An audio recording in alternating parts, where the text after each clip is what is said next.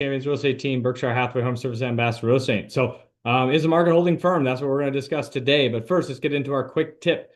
Quick tip for everybody out there. So if you're thinking of selling your house, have you thought about keeping it as a rental property? That's the quick tip. One of those things, that's what I like to talk about with my sellers. If they're thinking of selling the house, does it make sense to keep that house as a rental property? You can cash out, refinance that loan. Obviously, yes, you're going to get a new interest rate, but you can pull out 75% of that equity, use that to go buy your next house, keep the current house as a investment property, rental property. Obviously, yes, it's not all sunshine and rainbows with investment properties and things like that, but that's stuff that I like to talk about with my clients as an option. Again, you know me, I talk a lot of analogies about with sports and things.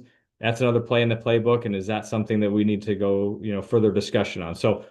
That's a quick tip today. So when you're thinking of selling your house, maybe think about keeping it as a rental property, depending on the size, area, town, things like that. Would it make a good investment property? That's something we like to talk to you about here at Champions Real Estate Team. Let's jump into the numbers of what's going on. So like I said, is the market holding firm in that process here? Let's get over here, get to our graphics the numbers. So as these pull up for us, we had 688 new listings go live in the last 7 days. It was 679 last week. 399 new contracts written, so that's down from last week. Last week we had about 419.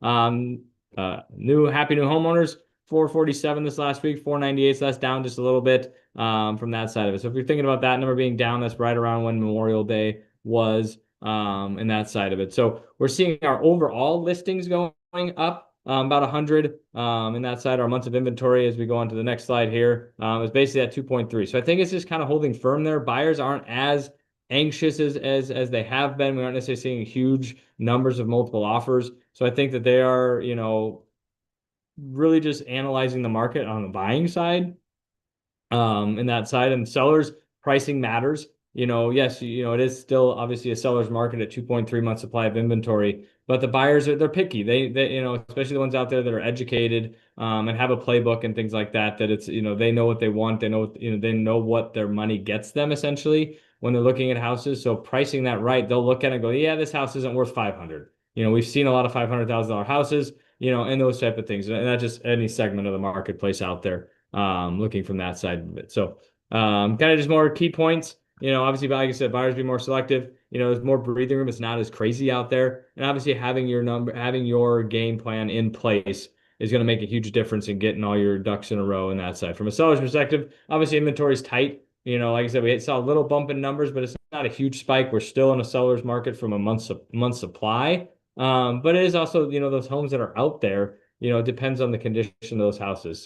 And then, ultimately pricing drives that result.